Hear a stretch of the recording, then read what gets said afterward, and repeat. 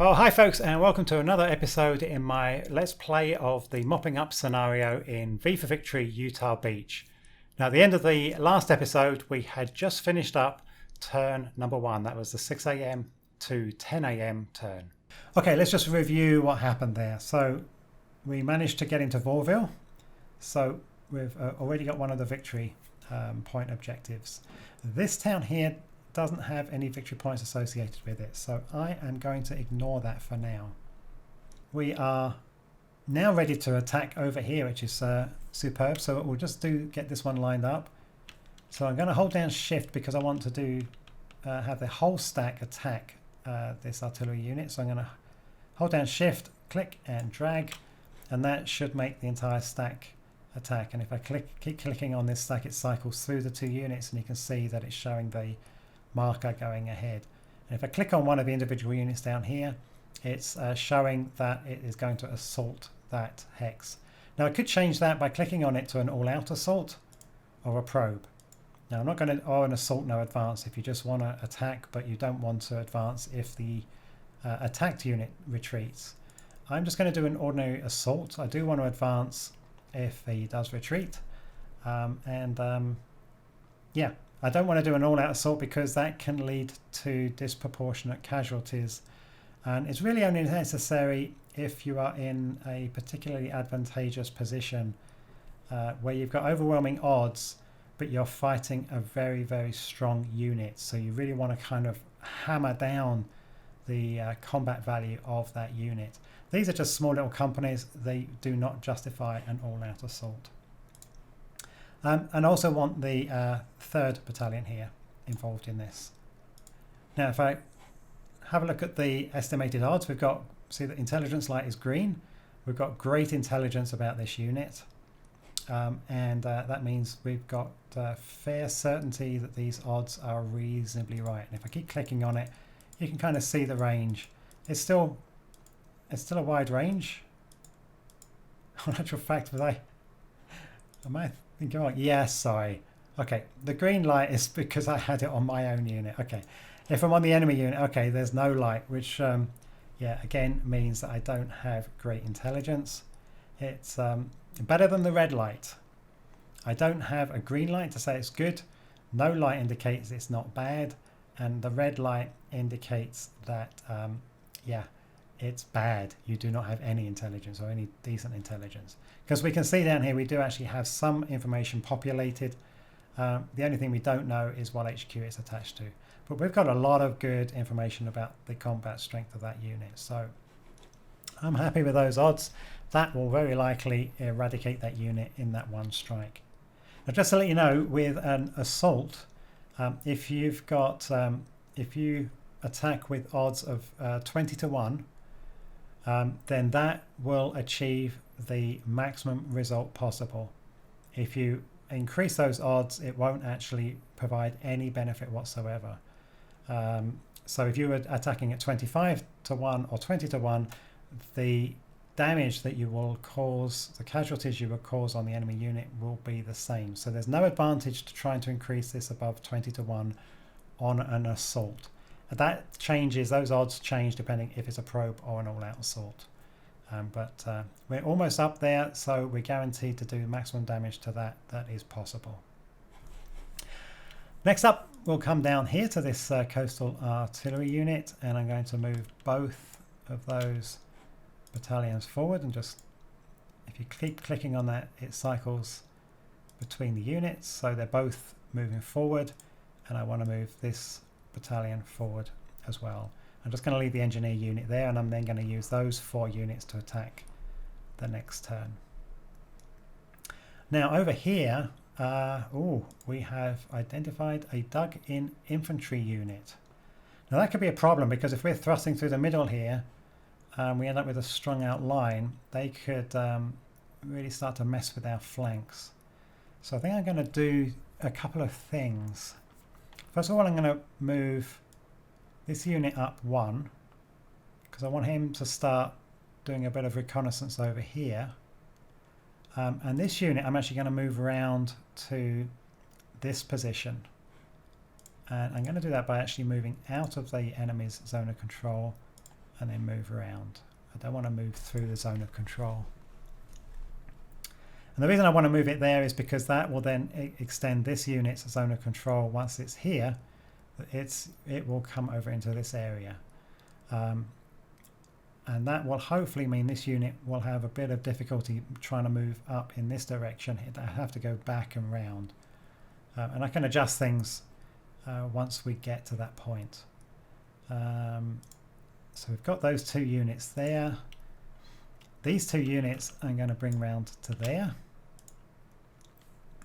And that's fine. And the final 60th battalion, which is back here still, I want to bring it down. So we're going to have 2 battalions there, 2 battalions there. I kind of would like to bring it over to here if I can. So let's just see. That's as far as I can go. Well, I'm going to leave it there, even though this will mean this has got, it's fully stacked. That will be fine. Now there are stacking limits, and for certain areas, some areas have greater stacking limits than others. And I can't remember exactly what a fortified hex's stacking limit is, but I think I'm pretty sure it's at least 3 battalions. 3 battalions is typically the largest stacking unit for most locations. There are lower stacking limits for some areas.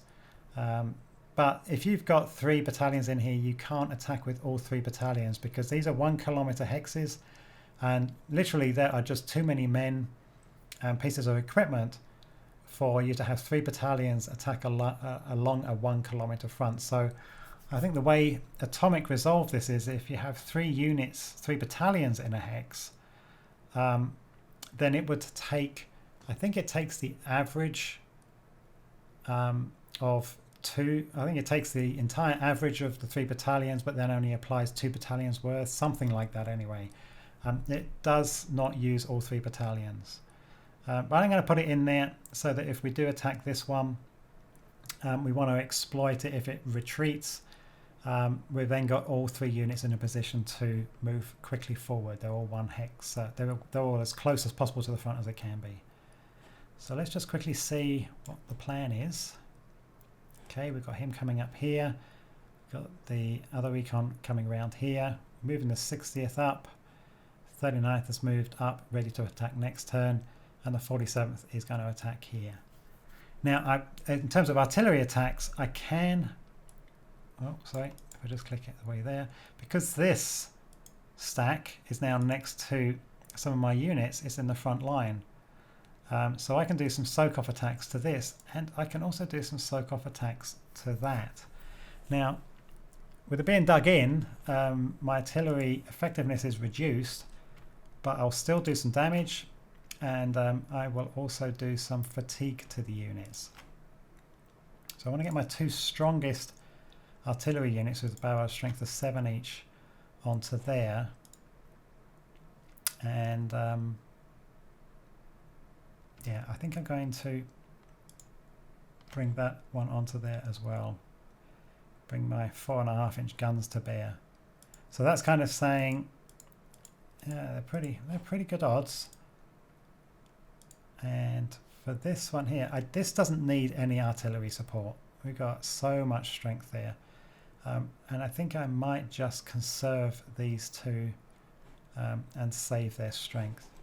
So the only other thing we've now got is we've got ground support aircraft available.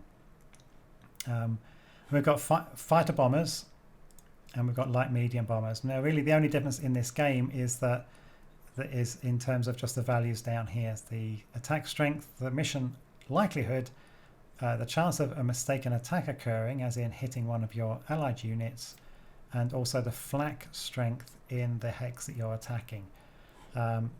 So you can see here the fighter bombers have a attack strength of 32 and the light medium bombers have an attack strength of 37.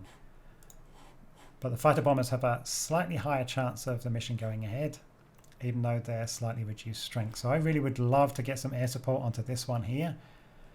So I'm actually going to put a fighter bomber onto there, which really bumps up those odds nicely if the attack takes place. But hovering over that, you can see that if you look down in the bottom right of the screen back at those numbers, there's now a 5% chance of a mistaken attack. And that can hit any of your allied units, because not just necessarily the allied units in the hex next to the one you're attacking. And there's also a flak strength of 13, which really the flak strength can just reduce your attack strength. So yeah, that will do that. And we'll also do a fighter bomber attack on, yeah, let's do it on here just to supplement that artillery. Again, when we hover over that, there's a flak strength of 13 and there's a 9% chance of a mistaken attack. But but as you see, that mission likelihood has dropped to 34%. Now that means that if I was to assign a second bomber mission, then both of those bomber missions would have a chance of 34% of occurring. The first bomber mission had a 40% chance of occurring. I've just turned it off there and I turn it back on. So basically, the more missions that you assign, and these are the possible missions, and these are how many you have left remaining that you haven't assigned, the more of these that you do assign, the lower the chance of any single one of them happening. So yeah, I'm only going to do one bomber attack and one fighter attack request, because I really would like one or the other or both of those to occur. I don't want to do too many fighter or bomber attacks and get me to the point where I basically get none of them. So let's just do another quick check on the planned moves. We're attacking here. We've got our artillery set up, and we've got everything moving over there. Yeah, we are good to go. So execution 5.4. We didn't get our air. We didn't get our air there either. You get an aircraft symbol if you do get it. Oh no, mistaken air attack. Unbelievable. It was like a 4% chance. That's just outrageous. Oh man. So as you can see, we're now in the after action phase, and now we can see where combat has occurred. We've got the red hex lines around the hexes here. So we'll start up at the top. So we'll click on this one. Yes, that coastal artillery unit was completely overwhelmed, and a couple of our battalions have advanced into that hex. We only took 1% casualties. Over here, the mistaken air attack, fortunately we only suffered 1% casualties, but really could have done without even that. Over here, okay, excellent. So the Germans suffered 20% casualties. That's not bad. And they basically freaked them enough that they had to retreat, and they no longer have their dug in status. Unfortunately, they are now spread out, which means when I move forward, I can only attack one at a time. Same thing with artillery. I'd have to do 2 different artillery strikes. I wish they'd stay together. And the last one down here. Okay, it's really 3% casualties. So that will nibble away at that, and hopefully fatigue them a bit. And oh yeah, look, there is now another dug in unit over here. Okay, so I'm glad I moved that recon unit up there. Okay, so let's just go to the planning phase. So now we're ready for the next turn. So we are at 2 PM on the 29th. So it's the third daylight turn. Yeah, we're going to continue on. So starting up here in the north, we've destroyed that coastal artillery company that was there. We're now going to explore this area, move the 47th Infantry Regiment towards Greville, and yeah, we'll see what we come across. As I say, I suspect there might be some German units up here. Otherwise, we'll bring the 47th up to engage whatever is dug in here at Greville, and we've no idea what that is at the moment. So I'm going to use tactical movement. I'm going to take the 1st Battalion along the coast, and if they get that far, we'll then bring them up the hill onto that clear hex there beside Greville, and we'll do the same thing for the other 2 battalions. And I'm going to hold down shift and drag and just see what that gives me. No, I don't want that. I want to clear this hex first, because if that battalion goes down the coast and these 2 battalions go this way, this hex will stay in ownership of the Germans, and I don't want that, because then that can cause, let me get rid of that one, that can cause supply line issues, because the supply lines won't get drawn through that hex. So I could bring the 47th units up to here and then find that my supply lines get nobbled because of that hex ownership. So just make sure they're both going the right way. Perfect. Okay, so that's the 47th sorted. Now the 39th has finally got to the front line and is ready to engage this coastal artillery unit. So I'm going to do shift and drag to get both of those attacking, and shift and drag to get both of those attacking. And if I click on the ops over here, we'll see we have got massive odds. Now the minimum odds that are kind of being estimated are down at the kind of low 20s. So it could be down at that level. I'm going to leave it at that. I'm going to have all of them engaging. I could leave one of them out and rest it, in which case we could just set that to defend if attacked. And what do the odds now drop to? Yeah, well, yeah. Well, 20 to 1 is the kind of guaranteed to do the utmost damage, and that will be slightly less. I might actually just rest one of the battalions. We don't need all of them, even though we may not get the absolute maximum damage on that. It doesn't really matter. We've got overwhelming odds going on there, and I think we'll still destroy that coastal artillery unit. If I can rest that, then they'll be a little bit stronger when we go forward to work on this coastal artillery unit. So I'm going to do that. I'm going to have one of those units not engaged. I'm going to leave the center for the moment. Actually, well, I'm going to say we're going to come over to this bottom area here. I'm actually going to leave these two, I think, because if I try and attack, yeah, the odds aren't great. We're also attacking uphill. Remember, the dark brown portion of these hill pieces is the bottom of the hill, and the lighter color is the top portion. So we're attacking uphill, and if we look at the odds, you can see we're getting a negative terrain modifier here, and we're losing.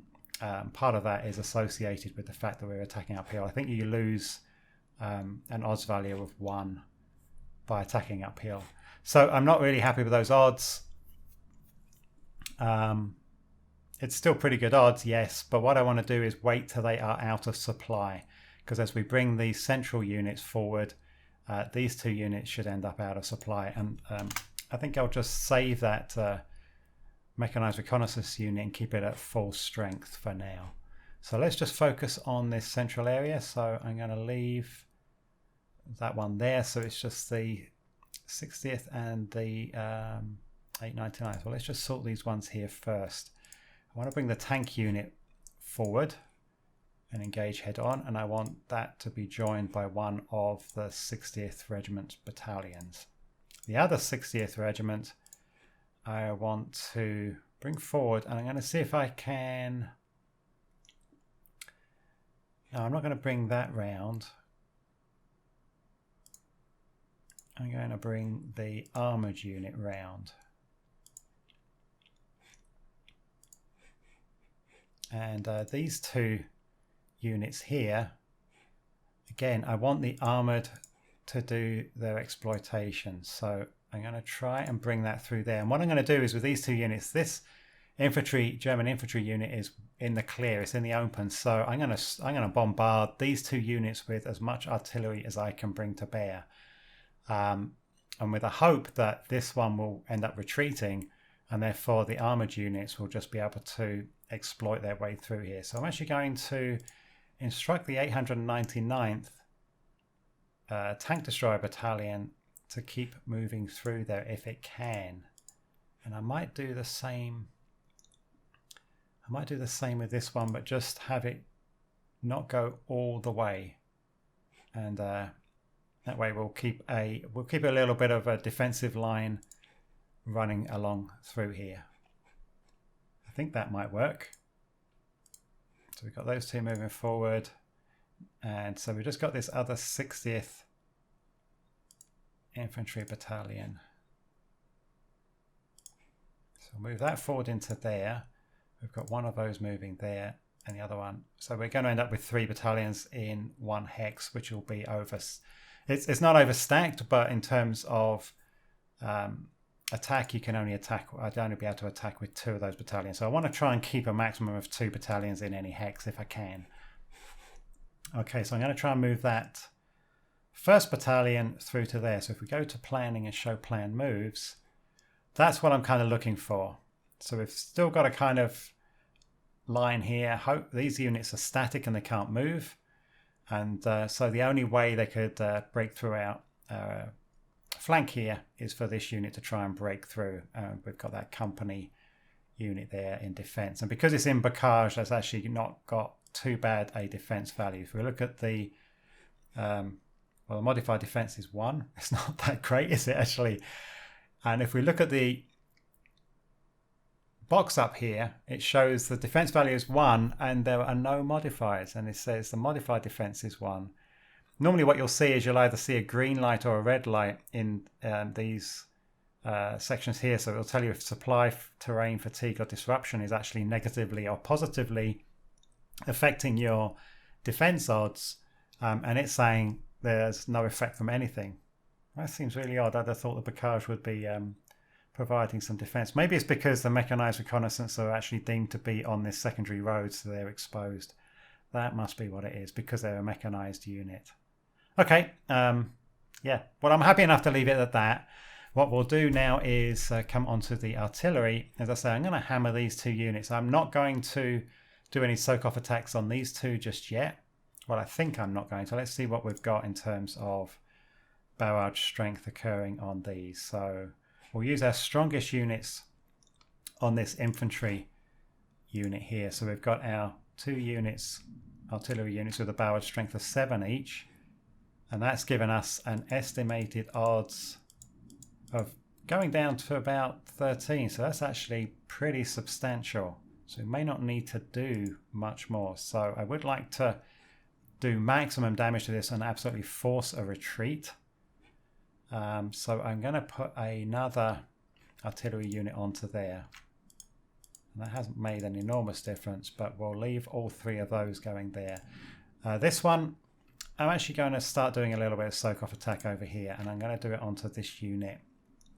And just do a little bit of, hopefully, strength reduction and applying a bit of fatigue on that unit. And for the other artillery units, which are just these 2 over here, I may do, well, there's no point attacking this unit because these 2 units are going to be moving away, so that unit will no longer have our friendly units. We won't have the US units next to it, so it'll end up being deemed to be interdiction. So I'm going to use these 2, and I can't attack that one. That's outside the range. So what I'm going to do is swap around things a bit. I'm going to take those 2. I can't even get to that one with that unit. Okay, so I'm going to leave that artillery unit in to rest, and I will use it in any attacks that may occur over here in the subsequent turns. So we'll use that one there, and therefore instead of this 4 strength unit, I'm actually just going to harass that flak unit there, because that's got a pretty low defense value. We're getting pretty good odds there. That's good enough just to do some some minor damage to that. Now, in terms of air power, let's apply a bit of air power to this. Now, I want the highest chance of success. That's 44% with the fighter bombers, and I'm going to stick that onto that unit there. It's got a pretty high flak strength because of that flak unit being next to it, but I don't care. You don't actually see, all it does is reduce, if the flak unit is effective, it reduces the attack strength of the fighter bombers. You don't actually end up losing fighter bombers, and therefore further into the game you've got less and less fighters available. It doesn't work that way in this game. So I'm going to leave the fighters attacking there, and in terms of the light medium bombers, we've got a 40% chance, so we should try to use those. And again, I'm going to do a little bit of more soak-off attacks on this. So I'm going to combine that with that artillery attack. The odds are very low because it's in Bocage, it's dug in, but still, you know, every % damage done is pretty good. What happens if we do it in the other areas? Oh, now that one's pretty good. Maybe I'll actually turn the other bomber attacks off and just do a soak-off attack there. I thought that was 10. I thought the odds were 10 a minute ago. What's going on? Oh, it's because of the uncertainty, even though it says the intelligence is good. That's really weird. Okay, I'm gonna leave it on that. Oh, will that be resolved as interdiction? I don't know. Oh, I'm getting confused now. All right, well, I'm gonna leave it there. I didn't think it would be resolved as interdiction. Let's see. Let's just execute and we will go. Hang on, let's just make sure we've got all our moves assigned. Yes, we do. They're staying there. They're all moving around to there. 47th is moving up to here if possible. And we've got all of our artillery units in action apart from this one, which we are keeping rested. All right, let's execute. Oh, 50 to 1. Wow, that was rather excessive.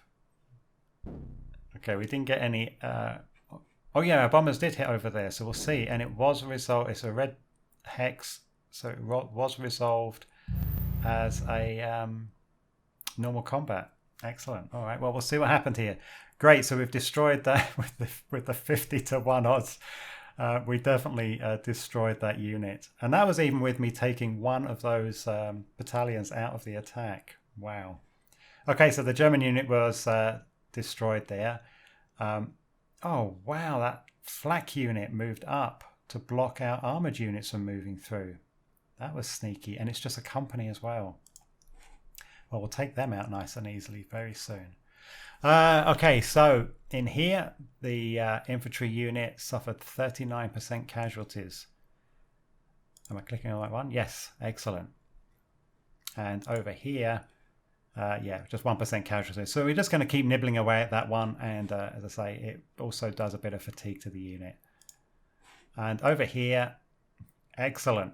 There's no flak, and we did 17% casualties, so that's good. Again, the artillery is not going to do much to us, but again, they're just units that will get in our way of exploiting the armoured units moving forward. So yeah, I'm pretty happy with that. That looks pretty good. And our 47th Infantry Regiment has found another fortified unit, but it's on the coast. It's not a coastal artillery battery. It is an infantry unit, and they are in a fortified position, so their overall defense strength is going to be pretty high. Let's have a look at our 47th unit. So fatigue is 2 and 1, and what you'll find is in the game is that the attack and defense values up here are the modified values. So these reflect the unit condition, as in after the number of casualties that have been taken. And as when you click on a unit, the only way you'll find out the number of casualties that have been taken in terms of its reduction in combat strength is up here under this unmodified, the 2 strength units up here. So we can see that it's the normal strength has gone down to 8.9 from 9. So we have lost 0.1 in terms of our casualties, which is absolutely minimal, of course. And similarly on the anti-tank strength, it's gone down from 4 to 3.9. But the modified strength is down here, and this takes into account the fact that we have got fatigue and disruption. You can see the little red lights are on here for fatigue and disruption. So we are losing 3.3% of combat strength for each one of these points. So we've got a total of 3 points here. So we're losing 9.9 or around 10% of our combat strength through disruption and fatigue. And so that is bringing our combat strength from 8.9 down to 8.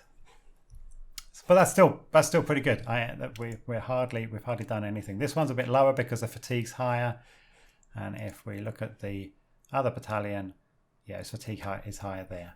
But that doesn't matter. We are going to go for an all-out assault on this hex here. Now, if we do win this, and this, unit is destroyed, I don't want these 2 battalions to move into that hex if it becomes vacant. I would rather this unit just moves on up. So I'm going to change the attack mode here to assault with no advance, and I'm going to do that for both of those units. Okay, now the odds is pretty low, and that's because that looks like it could be a full battalion of infantry, possibly, that is in a fortified position. So I'm going to need to put as much artillery onto that as possible.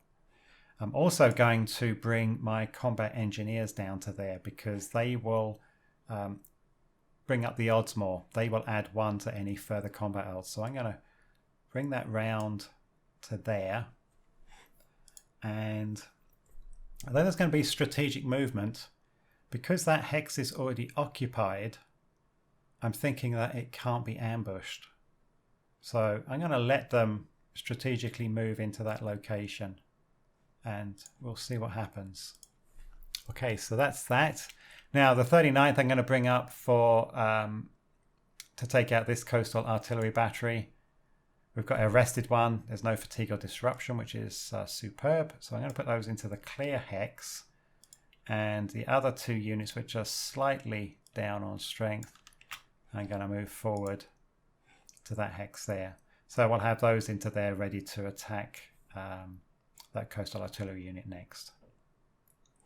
Okay, down here I'm just going to leave these alone. This one is, we did a little bit of damage on the artillery attack, but again, attacking uphill, the odds are really not worthwhile doing. So I'm just going to leave that one as is. Keep our 2 reconnaissance units, holding those in check. And up here now, we've got a lot more information on these. This is the 922nd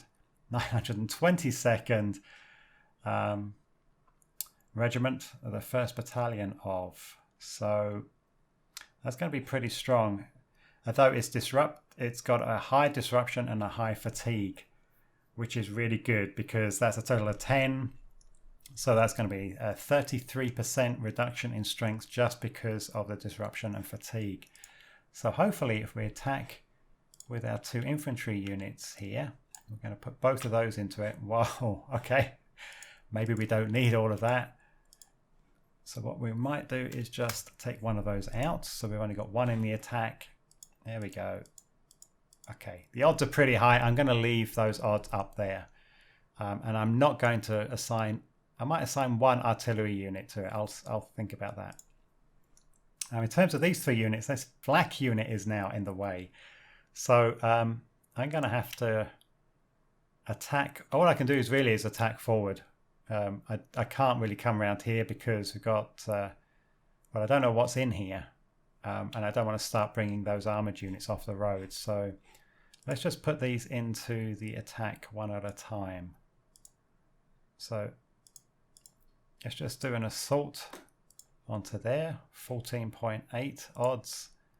Let's throw in the infantry battalion because it's fully rested. It's not got any disruption or fatigue, so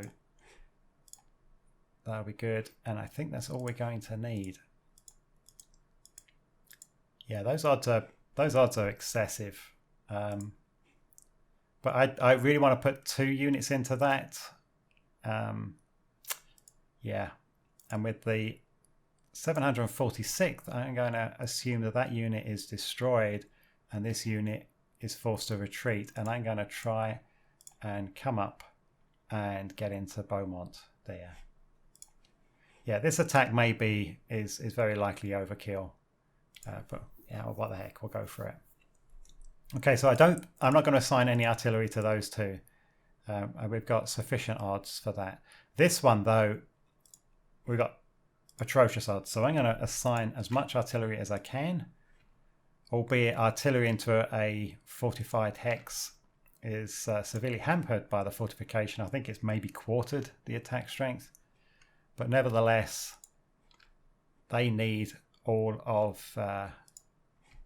they need as much in terms of attack strength being applied as possible. So you can see the odds are all over the place there. And this artillery unit can't reach that because of its short range. So I may just, again, throw a small soak off attack over this side onto that unit. I think that's maybe everything apart from air power now. So we're still on a nice daylight turn, and I'm going to throw some air power onto there. And that's bringing those odds up to a lovely level of around 6, which is pretty good. I'm happy with that. And a medium bomber. I don't want to apply it to those. We had a pretty successful attack over here. Let's see if we can do more damage to that artillery unit down there. And I think that's good. I'm happy with that. Let's just quickly check our plan moves. Yeah, heavy amount of artillery going onto there. Yeah, I think I'm happy with that. And if we keep clicking on that, yeah, the odds could go down to about 3. Well, let's see what happens. Yeah, I went down to 2.2 because we didn't get our air power didn't come in. Come on, please get a bomber over here as well. 22. Look at that. Yes, 20. Excellent. So we did absolutely maximum possible. And look, both of those units are gone, and neither one of our air attacks occurred. We didn't get any, because you normally get a little airplane symbol appearing in the hex when you actually had air power, the ground support aircraft coming in. We didn't get anything there, and we didn't get anything there. Damn. Okay, so over here, what happened? Okay, we took 2% casualties, they took 23. Okay, so we're just going to have to keep at this. The problem is every time we do the attack, our units get weaker because of the fatigue and disruption. But then again, so do theirs. Okay, yeah, terrain's knocking that down to minus 3 off the combat odds because of terrain. So next time we'll be attacking with that engineer unit, and so that we'll get a little +1 here, hopefully in the engineer slot for that attack. Yeah, we took out the exposed infantry unit, and we also took out the flak unit. Fantastic. And over here we just did another 1% casualties. No, that's good. I'm very happy with that. Right, nighttime. As it says here, movement is hindered, so our movement allowances are reduced. Artillery effectiveness is reduced. So at nighttime, our artillery strength is much lower. I think it might be a half. I will double check on that and mention that in a future video. And units should rest, as it says. You should use this as an opportunity to rest your units, because I think at nighttime, it's either disruption or fatigue recovers more quickly at nighttime. And again, I'll double check that and hopefully mention that in a future video. So let's have a quick look. So we are at 10 p.m. on the June the 29th. Because it's nighttime, there's no air power. And the next day we have got clouds and clouds coming on. So the chances of getting much air power coming up are pretty minimal. Anyway, we are going to continue hammering away at this fortified position with these units. So I'm going to bring in the engineers. So both of those are attacking. And you can see now our disruption and fatigue. Well, certainly our fatigue is dramatically increasing because we've been on the attack with these units. This unit, this battalion of the 47th Infantry Regiment has, it wasn't involved in one attack, I think, which is why its fatigue is slightly lower. But if we look over here, for instance, now we have lost 0.4 of our strength due to casualties, but because of the terrain, fatigue and disruption, our modified strength is down to 6.6. So they are rapidly losing strength. So I'm going to probably do continue an attack for the first night turn, but I might hold off for one turn after that and just see, because if they're getting too weak, we may need to start pulling a unit or two back just to rest them. But for now, for this first turn, we're going to keep at it. And these units, because these units were only involved in one set of combats back here, and then there was movement, their fatigue is much lower than the 47th, which has been in far more far more attacks. So we're going to attack with all of those units, and we got a pretty damn good chance of total success there.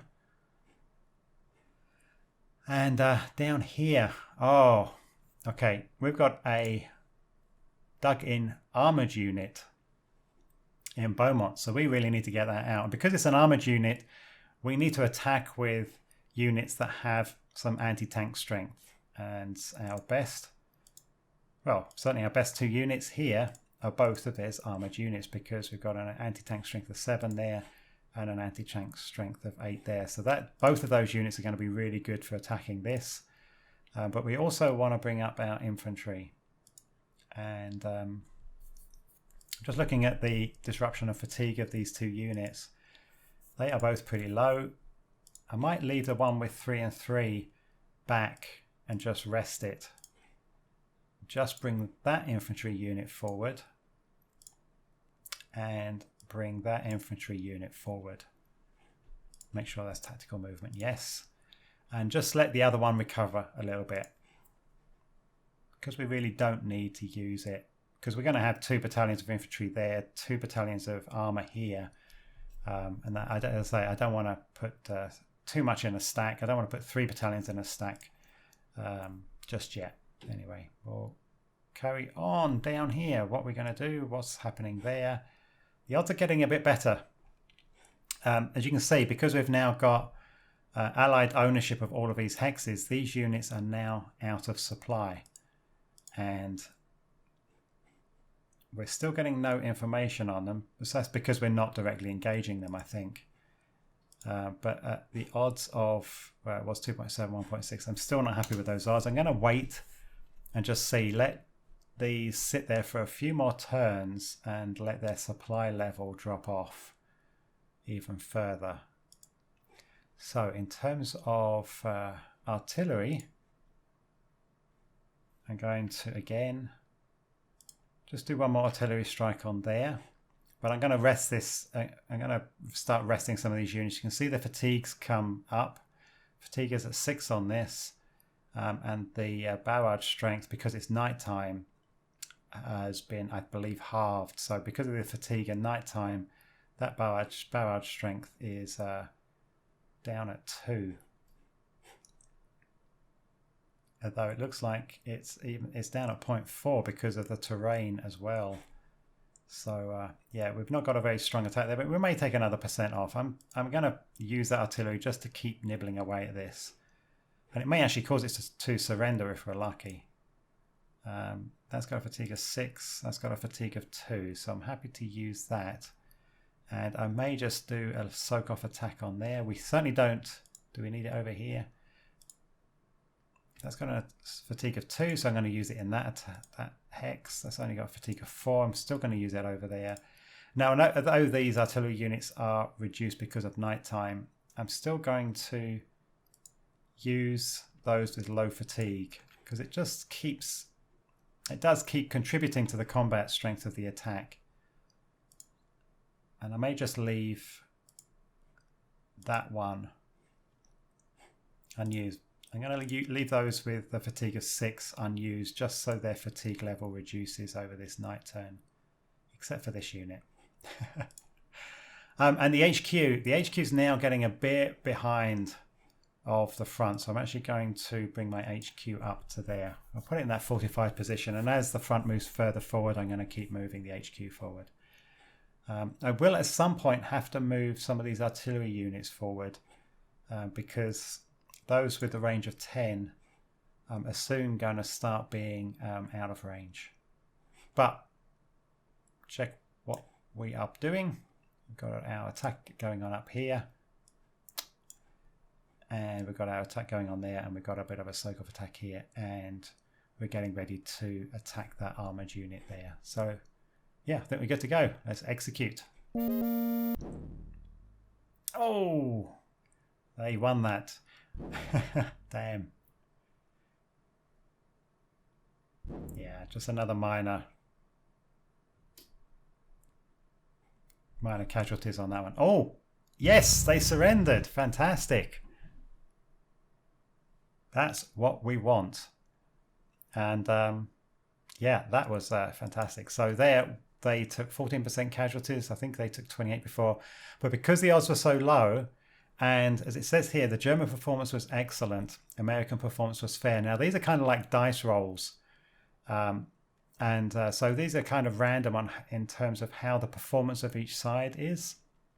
And if there's a big difference between these, if both were fair, then it really wouldn't factor into the combat too much. But because ours was fair and theirs was excellent, so the Germans performed far better than we did, that has a significant effect on the combat outcome. And that has been reflected here in terms of the fact that we've taken 6% casualties and it forced us to retreat. Damn, that didn't go too well. Oh well, we'll have to recover from that one. I think what I might do is actually just leave these units back here and let them rest for a turn, so they'll be disengaged. We'll have a quick look at the condition of those units before I end this video session. We took out that coastal artillery unit as expected, so that's really good. And yeah, fantastic. Down here, that German unit was eliminated.